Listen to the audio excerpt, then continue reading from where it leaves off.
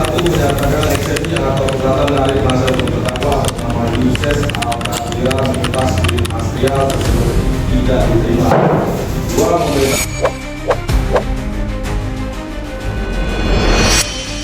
Majelis Hakim Pengadilan Tipikor Jambi menolak eksepsi atau keberatan yang diajukan 4 terdakwa dalam kasus dugaan tindak pidana korupsi pengadaan penerangan jalan umum atau PJU tahun 2023 di Dinas Perhubungan Kabupaten Kerinci.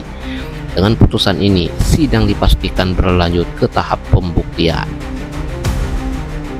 Sidang yang digelar di Pengadilan Negeri Tipikor Jambi pada Senin sekira pukul 10.35 WIB dengan agenda pembacaan amar putusan atas eksepsi 4 terdakwa.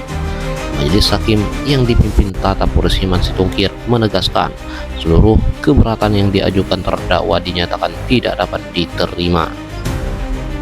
Satu persatu terdakwa dipanggil berdiri saat hakim membacakan amar putusan.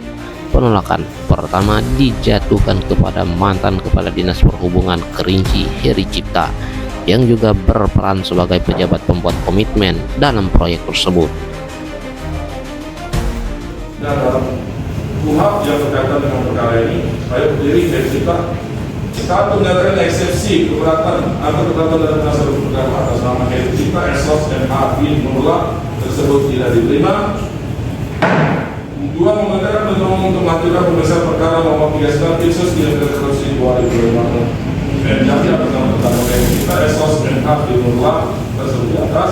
Tiga, menangkap biaya perkara sampai dengan putusan lagi. Dan demikian diputus pada hari ini oleh Majelis Hakim dan dengan dihadiri oleh penuntut umum, terdakwa dan penasihat hukum terdakwa. Sekarang dulu ya. Penolakan serupa juga diberikan kepada 3 terdakwa lainnya, yakni Yuses Al-Qadira Mitas, seorang PNS di UKPBJ. Satu, menyatakan eksepsi atau keberatan dari penasihat hukum terdakwa atas nama Yuses Al-Qadira Mitas bin Asrial tersebut tidak diterima. Dua, memerintahkan penuntut umum untuk melanjutkan pemeriksaan perkara nomor 48 Pinsus di Pidana Korupsi 2025 PN Jambi atas nama terdakwa Yuses Al-Qadira Mitas bin Asrial tersebut di atas. Tiga, menangkap biaya perkara sampai dengan putusan akhir. Ya, silakan duduk. Jangan dibacakan. Ricky Eka Pistoni, Guru PPK di Kecamatan Kayu Aro, serta Helpi Apriyadi, ASN di Kantor Kasbangpol Kerinci. Jaksa penuntut umum Ferdian menyebutkan sidang kali ini merupakan putusan sela atas nota keberatan yang sebelumnya diajukan oleh para penasehat hukum terdakwa. Dengan ditolaknya eksepsi tersebut, sidang akan berlanjut pada tahap pembuktian dengan menghadirkan saksi-saksi. Ya, terima kasih ya teman-teman media. Untuk hari ini persidangan dugaan tindak pidana korupsi pengadaan penerangan jalan umum pada Dinas Perhubungan Kabupaten Kerinci tahun 2023 dilanjutkan dengan agenda putusan sela. Yang mana pada persidangan sebelumnya itu atas surat dakwaan ini penasihat hukum daripada terdakwa Heri Cipta, kemudian Helpi Apriyadi, Ricky Eka Pistoni dan Yuses Al-Qadira Mitas melakukan nota keberatan atau mengajukan nota keberatan atau eksepsi ya, terhadap surat dakwaan dari penuntut umum. Kemudian juga penuntut umum telah membuat tanggapan atas nota keberatan atau eksepsi dari penasihat hukum terdakwa tersebut. Dan hari ini persidangan dilanjutkan dengan agenda putusan sela dari Majelis Hakim, yang mana putusan sela tersebut yaitu menolak seluruh eksepsi atau nota keberatan dari penasihat hukum terdakwa dan kemudian memerintahkan penuntut umum untuk melanjutkan persidangan dengan agenda pembuktian, yaitu dengan memeriksa keterangan para saksi, dan kemudian yang ketiga adalah untuk menangguhkan biaya perkara sampai dengan putusan akhir. Berapa saksi nanti yang untuk saksi kami ada sekitar 55 saksi yang akan kami hadirkan nanti, dan 10 orang saksi tersebut merupakan saksi yang saling bersaksi nanti para terdakwa ya. 10 orang terdakwa akan menjadi saksi pada terdakwa yang lain seperti itu. Itu termasuk saksi ahli? Untuk ahli itu ada 4 orang ahli ya.